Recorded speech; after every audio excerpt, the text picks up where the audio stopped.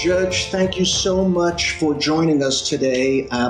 As you know, the Florida Bar Center on Professionalism is doing a series called Your Honor, and I'm privileged to host it.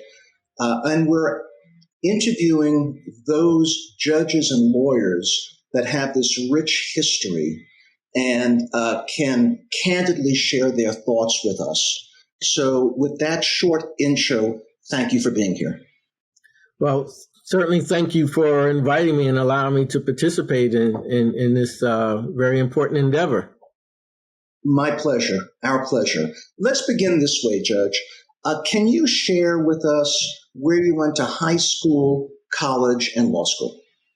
Yes, I grew up in Miami, and I went to Miami Carroll City Senior High School. I graduated from there in 1978, and I went to the University of Miami for both my undergraduate degree and my law degree. I graduated from law school in 1985. And were there certain mentors in the high school, let's say there for a second, high school, college, law school area? Were there certain mentors, heroes that you had and have that helped shape you in the direction you wanted to go? Yes, there were. And they really were heroes to me and always will be, starting with my father, Samuel Murray. He's 98 and, still lives in Carroll City, and I see him weekly. But in high school, it was my high school social studies and history teacher, Mr. Morris. He was the one that sort of opened my eyes to really everything. During my senior year, we went on, it was a close-up program, and we went and raised money, and we went to Washington, D.C., took the class to Washington, D.C. He also took us to Tallahassee to see the governor's inauguration, and it was there I met Judge Hatchett, and told us a lot about his story, and that was really inspiring me to want to be an attorney and to be a judge one day. Mr. Morris was also the one that really helped me get into college. I didn't have anyone in my family, mother or father that had went to college, and I really wasn't that sure of the process. And so during my senior year, he found that there was an award called the Golden Drum Award. It was a competition among schools here in Miami-Dade County, and he encouraged me to apply for the Golden Drum Award, helped me, fill out my application. One of the things that we sort of found out in doing the application, that I had spent hours and hours doing community service at the elementary school, because I used to go to school in the morning, at a day shift, and then in the afternoon I would go to my elementary school with my elementary school teacher and help her. And I didn't know at the time that they'd actually sort of registered me as future teacher sort of program.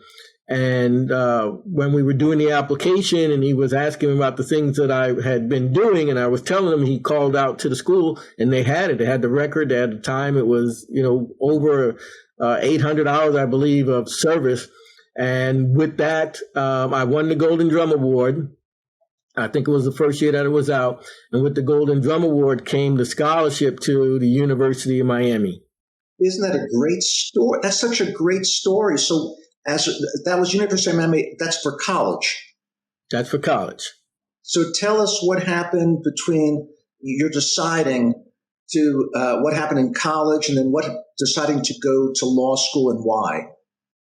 Well, what happened to college, and understand this is 1978, so there was no you like we know it of today. There's no internet and any of those social media things. And me growing up Carroll City, the University of Miami could have just as well have been in another state, a little small, sort of world that I had there. And so I go there and, in the first day I'm sort of walking around. I hadn't really understood, and thought I would, go to college. But I was there and I was fortunate again and blessed really that in my classes for my freshman year, I met Professor Waters, who was a history professor. And, he called me to the side one day and he talked a lot to me. He really helped me be a better student, understanding, what it took. Because in high school, you're doing mostly, multiple choice tests. And now I'm in college, doing blue book essay answers. And, he really helped me. One of the two things he did 2 books, which I still have, which is Word Power and Grammar and Usage. So you can be very strong in writing and keep them with you and always use them. And, very helpful in that regard. And then I, really, got my footing there in college. And I always wanted to be a lawyer. I guess my mom said I used to talk a lot. So, I was sort of focusing on going to law school. And then I was asked one time, well, have you been over to the law school? Is there any African-American professors over there in the law school? And quite honestly, I didn't know. And Dr. Johnson was African-American. I'd taken him for African-American history. So, I went over there to the law school and I met Professor Robert Waters. And again, he became my next mentor because he helped me through, college and then doing my law school application and, getting me into law school there at the University of Miami. So again, I was really, really blessed to have someone like Dr. Johnson and Professor Waters that really helped me, and the trajectory of my life. And so he was there. He was, my mentor through law school. And then when I was getting out of law school and, looking around the what I, may want to do, I was introduced to attorney Robert McKinney. And he was the first one that hired me as an intern while I was still in law school, and then as an attorney when I got out of law school. And again, he became another mentor, another giant whose shoulders I stood on because, he really taught me a lot about the profession. One of the first things that he did was take me around and introduce me to the clerks and introduce me to the judicial assistants and was telling me how important it was to be professional because these are people that can really help you. And so, again, they just were giants that helped pull me through to get me to the point of being an attorney. That's a wonderful, wonderful story and so powerful. It seems like, and I've discussed this with other folks I've interviewed, other judges and lawyers I've interviewed, that sometimes it's being at the right place at the right time, but being the right person to understand you're there, meeting people that can kind of lead you in the right direction. It seems like that's one of the blessings that you've had in your life. Yeah, absolutely. Because, I was, you can almost say walking along, trying to find my way. And, if it had not been for those, that sort of reached down and guided me, and it's one of the reasons why I do so much mentorship now as an attorney and as a judge, because I know that's the price that I owe for what was done for me, that I will always reach out to help others. And that's what I was going to ask you. So you've been paying it forward. Absolutely. And what's the joy that you get out of paying it forward and being a mentor to the new lawyers or non-lawyers, just younger people who are trying to find their way? What do you get out of that, Judge? Well, you get the joy of seeing their success. After law school, I was also an adjunct professor at Miami-Dade, and I taught a lot of students, and I've had students come up to me, and I didn't really recognize them, but they were sort of were thanking me. And he says, one of them said, I took your civil law class. And I go, really? I don't remember. And then he told me a story that I know I what I told about a tree falling on the fence in my backyard. So I knew he certainly took the claim. But he was a lawyer now. He had went to law school, passed the bar, and showed me he's now a lawyer. I've had two of my judicial assistants when I was in as a child support hearing officer go to law school and become lawyers and ask me to swear them in. My son and daughter have become attorneys, and many of their friends. And so, it's such a blessing to see people come and really thank you for what you did to, inspire them to be what they are now. Right. Yeah, absolutely. So after law school, I know you mentioned it briefly, but can you take us what your career arc was before becoming a judge? Well, when I first got out of law school, I was looking around. I had applied locally, and the state attorney, public defender didn't get hired. And a friend said, they're hiring in the prosecutor's office down in Key West. So I had my sister go, and she drove me down to Key West, and I interviewed and I got hired. So that was my first job out of law school, was as an assistant state attorney down in Monroe County. Actually was the first African American to be hired as an assistant state attorney down in Monroe County. I spent 3 years there. And then I came back up and was hired by Janet Reno, who was then the state attorney in Miami-Dade. I stayed there for another three and a half years before I went into private practice. And my private practice consisted mostly of criminal defense, juvenile, and family law.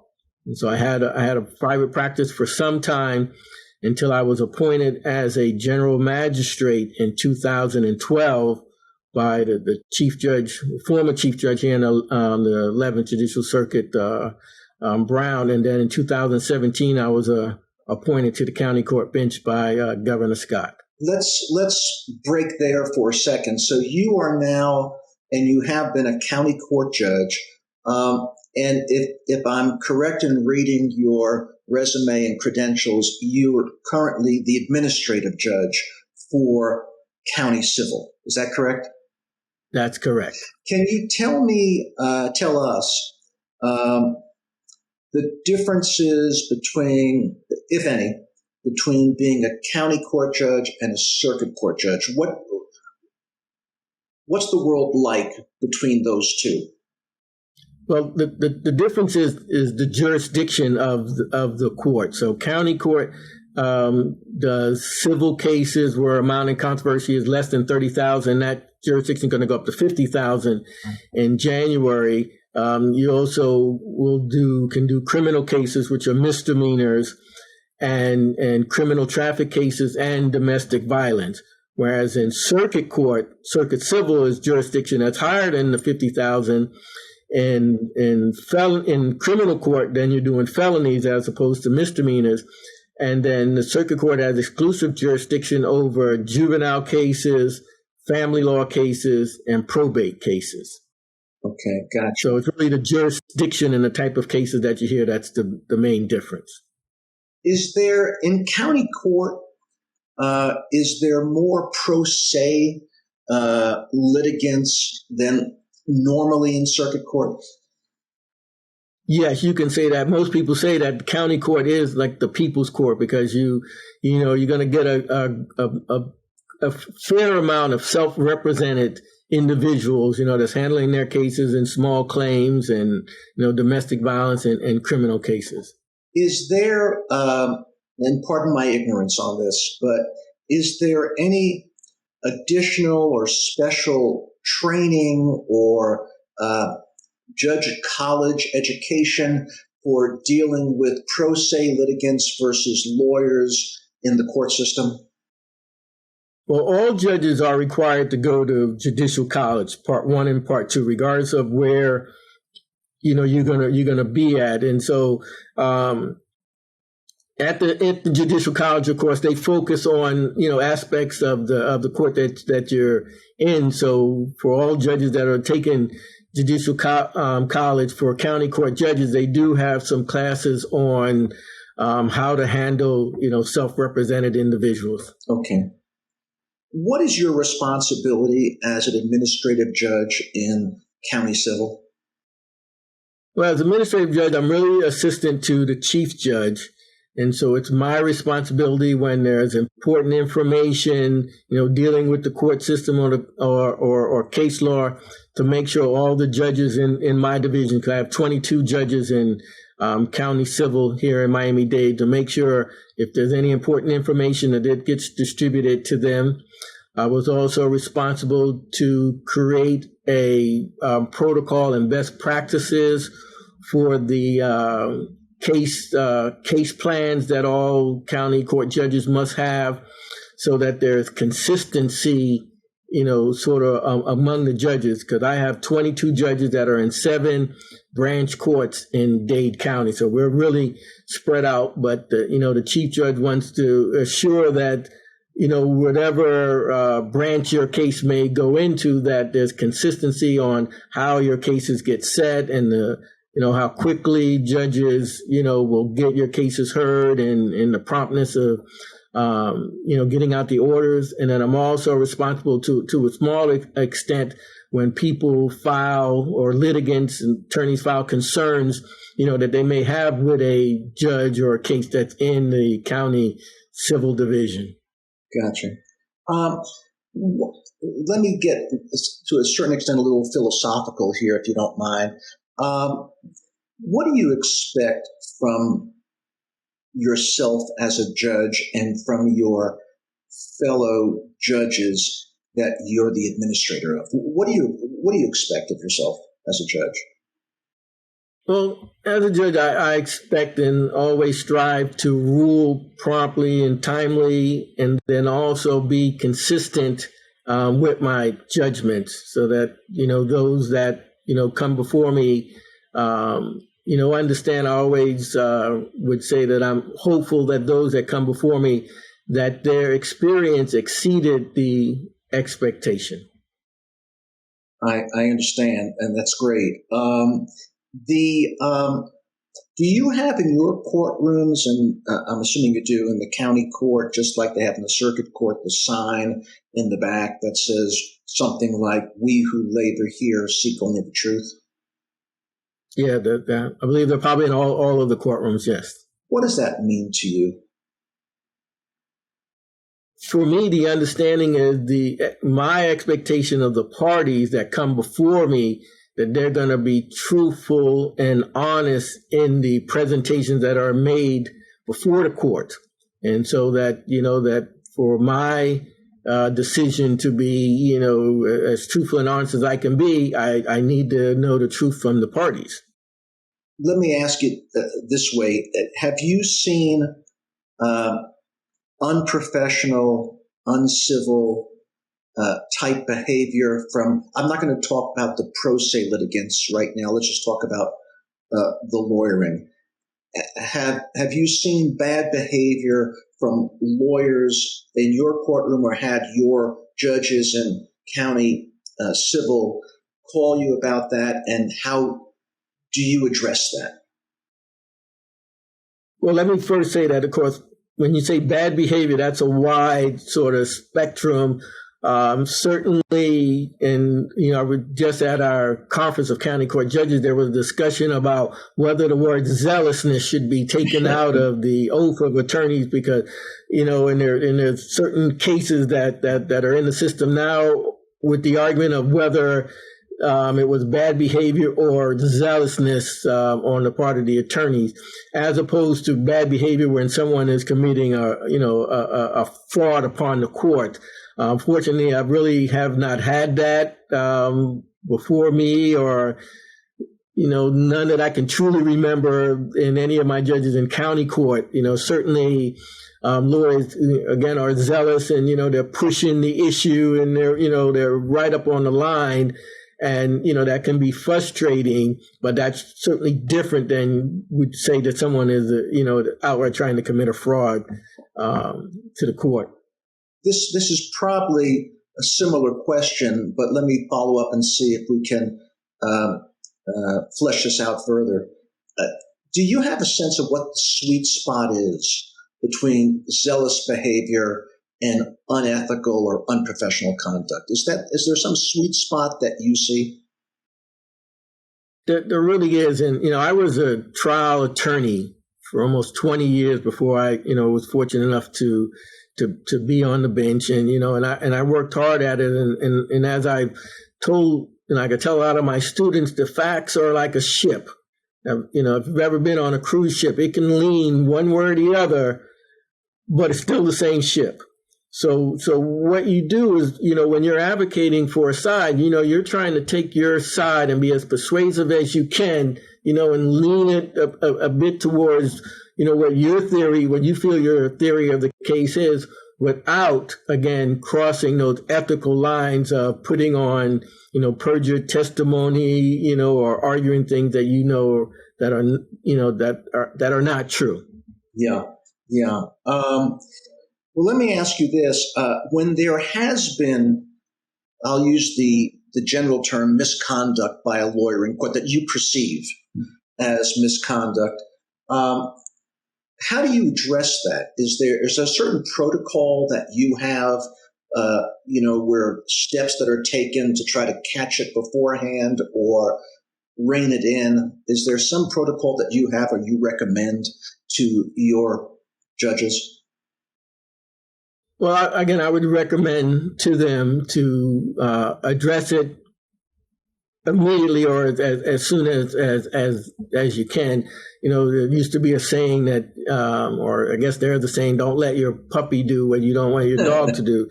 So you don't want those type of behaviors in the court, whether it's in just a trial or, lawyers that may be in front of you, many times. You really have to address it initially.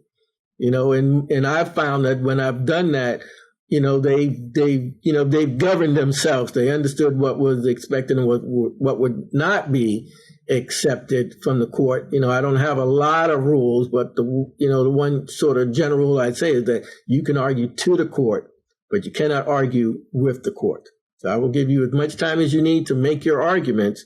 But then when it's coming time, that I'm now ruling on the case or a motion, then that's not going to be the time to then, go but judge and going back and forth and being argumentative. That I don't find to be acceptable. And I let lawyers know that anything that is not helping me decide the facts, I don't consider relevant or necessary. And let's sort of move on.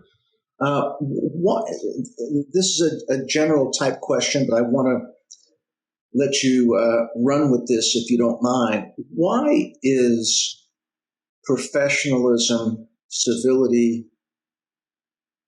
important in the justice system? It's important because if those that come before you, if they don't trust that the rulings that a court is going to make is going to be fair and just, then, people will stop taking their issues to the court. And sometimes you'll have people, taking the issues to the street because they don't believe that the court system is fair. And so that's why it's very important that the court system portray the fact that, he who comes before the court will be heard and that the facts will be put along with the law and what the court feels is the best decision based upon the ruling of the facts in the law is what the decision of the judge is going to be. Many people can accept not winning if they felt like they had a fair opportunity to make their point, and then also afterwards you sort of explain to them the rationale as to why, despite how empathetic you may have been with a certain position, that it just is not enough to make the day as far as a legal decision. Right. Well, what is your greatest challenge as a judge? Again, my greatest challenge, and I sort of said that earlier, is to always strive so that those that come before me feel that they had a fair opportunity to make their point, and that their experience, being in front of me was greater than their expectation. Understanding, as we talked about earlier with county court, it's the people court. the people's court, let's go. And for some of the litigants that are before you, it may be their first and only time that, that they've been in front of court. So their impression that they have of the court system is going to be created that day. And although some of the cases may seem to be, I don't want to say minor, but small in comparison to other cases that are in the court system, it's very important to that person. That person has taken the time, maybe, took a day off work and came down to court and prepared their documents and everything to come because they had an expectation that they would be heard and would be fairly adjudged. And so, that's the thing that I've always tried to do as a judge, to make sure that everybody felt like they had a fair opportunity to make their point.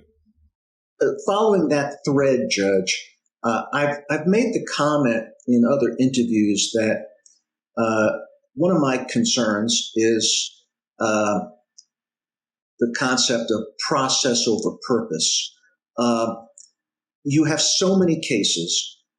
You have so much time.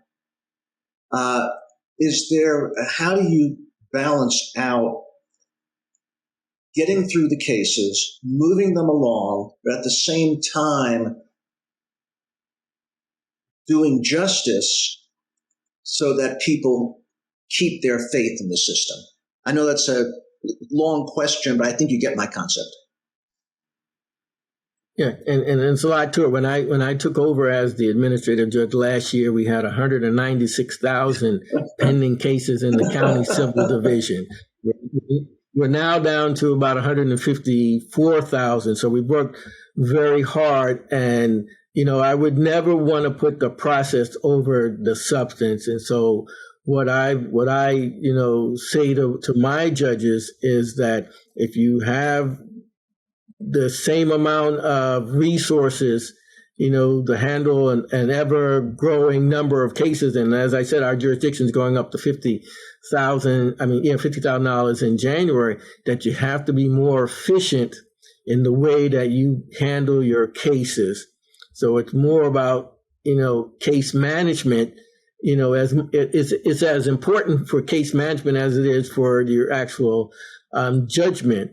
And so you have to, as I told you, if you increase your efficiency by 1%, you can increase your production by 3%. Or if you increase your efficiency by 3%, you can increase your production of almost 10%. So you can get more work done in the same amount of time if you're efficient in how you handle your case, efficient in how you set up your calendars. It's important, if you can, to always review your cases. Sometimes you can't always do so, but review your cases before taking the bench. So a lot of the issues, that you have in your mind, and what you really need to hear in order to make a decision, and that sort of helps you, to slow down or, limit what you need to hear from the parties. And it's also important to rule promptly if you can on these cases. And so all my judges, understanding that, what we have there, each judge carrying about 8,500 cases, you have to, try to be as efficient and as you can in the cases to get through them, while at the same time giving people, that opportunity, lawyers and self-represented people, the fair opportunity to express their position prior to court ruling. And so let me follow up on that. I know that one of the topics that we were going to talk about, and I've talked with others about, is this concept of the butterfly effect of, are there small little things judges or lawyers can do that over time have a big impact on the system, on the cases, on the productivity of the court? Are there any things that you would recommend to lawyers, to judges, of this concept of the butterfly effect? If you just did this small thing over the next 6 months, you're going to be amazed at the impact of it. is that question okay? I mean, it's a little, again, convoluted, but I'm hoping you understand my concept. No, I do understand that. And one is, again, preparation. I was asked once what was my biggest surprise as a judge, and it came to me how I shouldn't say non-prepared, but how underprepared sometimes attorneys are in court. And then, when you have self-represented individuals, but they're still required to present, under rules the same, but a lot of them, need, sort of some help. So, I don't have a lot of rules, but one is I can't give you what you didn't ask for, and I can't give you what you didn't prove. So why don't we start off? Do you have a copy of the petition that you filed? Especially that we do a lot of Zoom hearings, so even when we have in person, especially even with attorneys, I ask them, well, do you have your petition? And no, we filed it with the court. We assume you have it. I go, well, I have it, but you should have a copy of it. And why don't you? So, I've always had, copies prepared, especially for self-represented, to give them a copy and say, why don't you look at that? And why don't you start from there with your argument?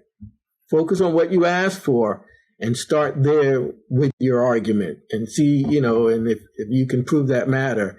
And, and try to, I don't want you to turn like rein people in, but try to keep people focused on what it is they actually ask for. And, because again, we just don't have the time to hear the long story. I understand a lot of them, they want to get their story out. They've been working on this for a long time, and I do want to hear them, but I also have other people who want to have their cases heard as well.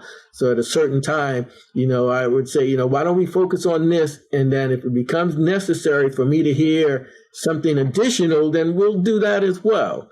And, try to keep them focused, and then again, make prompt rulings and move from there. Very wise. I wanted to ask you about this concept that we've talked about, passive injustice. The way that it has been defined is that if you have someone in a position of authority and they see something wrong going on in front of them and they don't address it, that's passive injustice. They're letting it take place, and they're almost, to some extent, encouraging the bad behavior to continue. What are your thoughts about, I'd like your thoughts about passive injustice and judges responding to inappropriate behavior by either pro se or lawyers in your courtroom? Well, and then it goes sort of even farther, even the conduct of the judges themselves. You have to be, committed to your conduct, both on the bench and off the bench. But then you also have to be committed to the legal profession. Again, understanding that if you allow something that to happen, it may not necessarily just be the parties that are in front of you, because many times, with the number of cases that we have, there's a lot of other people in the courtroom that's watching what's going on. And so if they get the perception that this judge will allow this or this judge may allow that, then they will start doing it, and maybe not just in front of you. They'll start trying to do it in front of other judges. And they'll say, well, that's what all the judges do. So it's important to understand that commitment to, both the conduct of the court, but also, the conduct and of the legal profession is important, because it does set the example for people. Yeah, absolutely. Let me segue into something that I've discussed with everyone else, and I'd love your thoughts on it. What's the impact of elections on judging? Well, elections are part of the process. So, and every states are all different. But in Florida, you can get appointed, by the governor if there's a vacancy. But then once you're appointed, you have to run. In the next general election that's more than a year. So I was appointed in 2017. I had to go, before the people in 2020.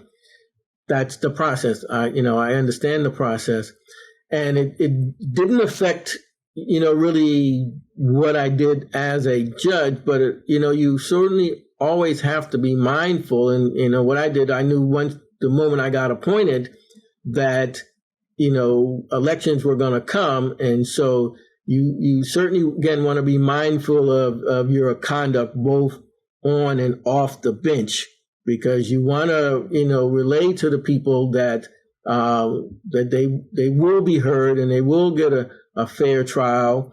And, I'm the judge that could keep it. One of the things, to go back just a bit, when I got the Golden Drum Award in high school, it was at the Caleb Center, where I now sit as a judge. And so I'm sitting here and I can look out my window and see the Caleb Auditorium where I got that scholarship, I guess almost 45 years ago today. So, the pride that I have in saying I know where I've come from, and I'm known sort of affectionately as the community judge.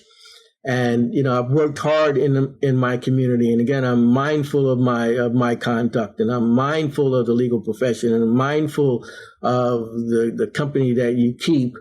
And that has a political, part to it as well, because 2 million people in Dade County, about 260,000 may vote at any one political cycle. And so that's a lot of people. You're never going to meet them all. So you have to make sure that the reputation that you have, that are put out by others that know you, come before you, have heard about you, is a positive one.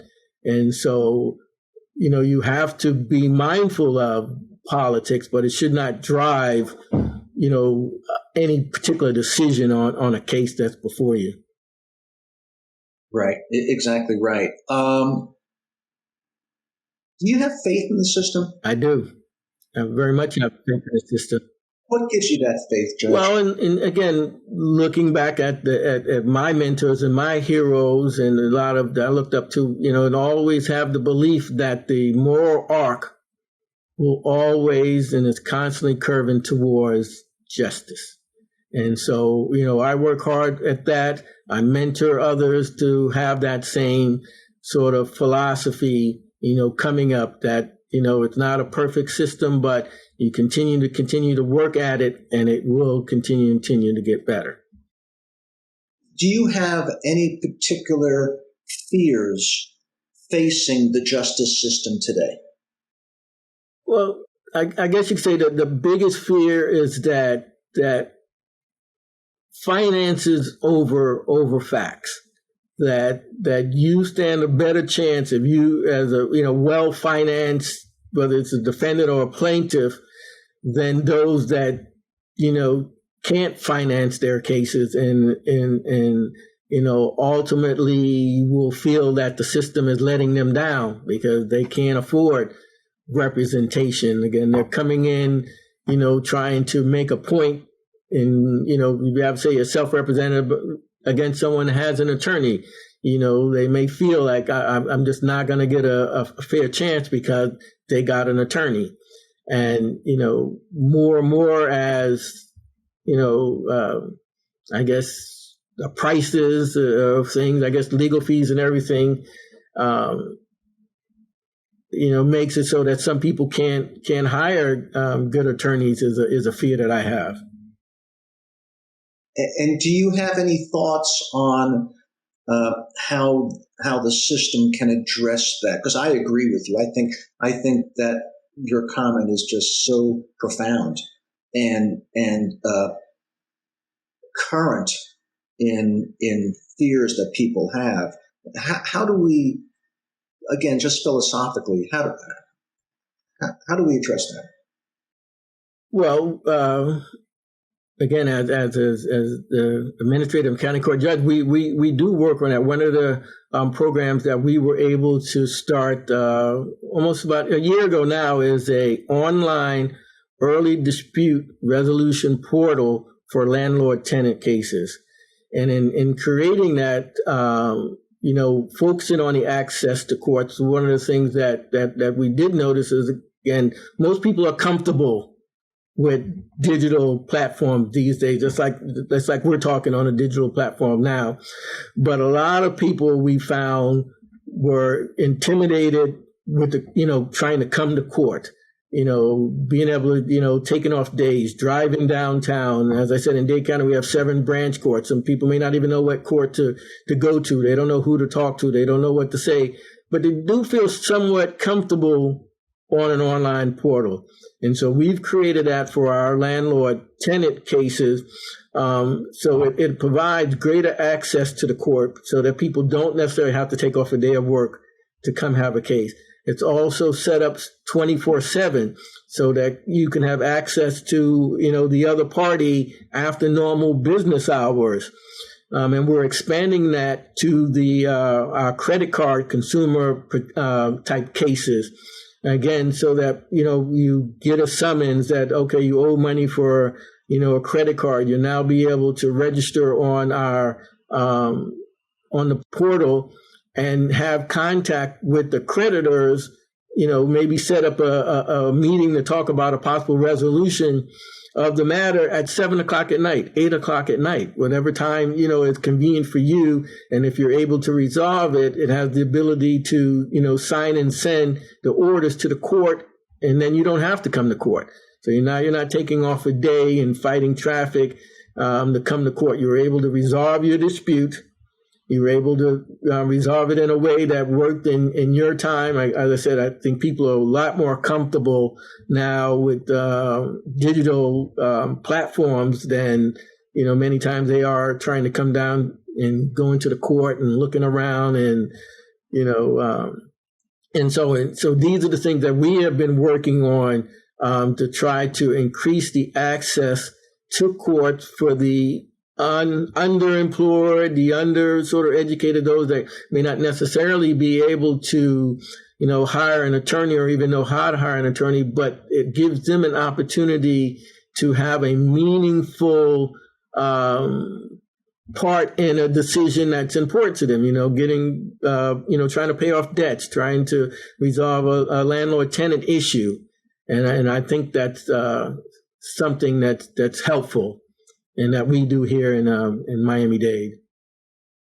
Again, from a more philosophical point of view, is there any particular, I'll use the word protocol, but it's probably a bad word. Is there any particular philosophy that you have at the beginning of the day, before you start your day, that things you say to yourself or things you want to try to accomplish? Because you're clearly a great mentor and a leader. Is there something that you get yourself set to start the day and then to end the day? Is there something like that you follow? It really is, and it was something that I learned as a young attorney, sitting in lots of courtrooms, not just in Dade, all through. I had a little red truck. I'd go and take cases wherever I could get them at. But one thing I always remember sitting in there was, after a trial, you'd get an instruction, and the court would read an instruction saying to the members of the jury, it's important that you read and understand the instructions that are now given to you. There are no other rules that apply, and even though you may not like or if you disagree with the rules, you must use and apply them. For over 200 years, we've lived by the Constitution and the laws, and no one of us has the right to violate the rules we all share. And so I've learned that, I've heard that so many times, and it's what I sort of carry with me, that no one of us has the right to violate the rules we all share. We understand societal and our societal, compact, and we've agreed to live by that. Yeah, I agree with you. I agree with you. Now, I guess I have one final overarching question. So, if you were sitting with your mentors now, your heroes now, what would you think they would say about where we are, how we're doing, and what do we need to do to make it better? Well, I think they would say that we've come a long way.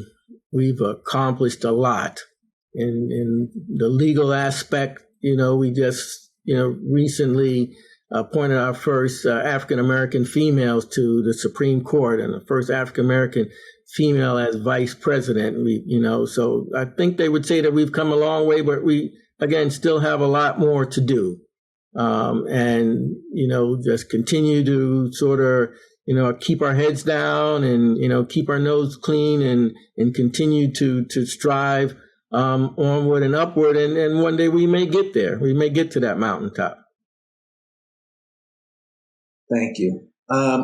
Judge, we've gone almost an hour, believe it or not, and I can't thank you enough for taking your time. You're such a busy jurist. Take your time to be with us. Is there anything that I haven't asked you that you would like to share with the listeners about your thoughts about the justice system and the role of the judges and the lawyers to make it work? Well, let me just certainly thank you again for the opportunity and for the work you do in the series that you put on, because, education is really the key.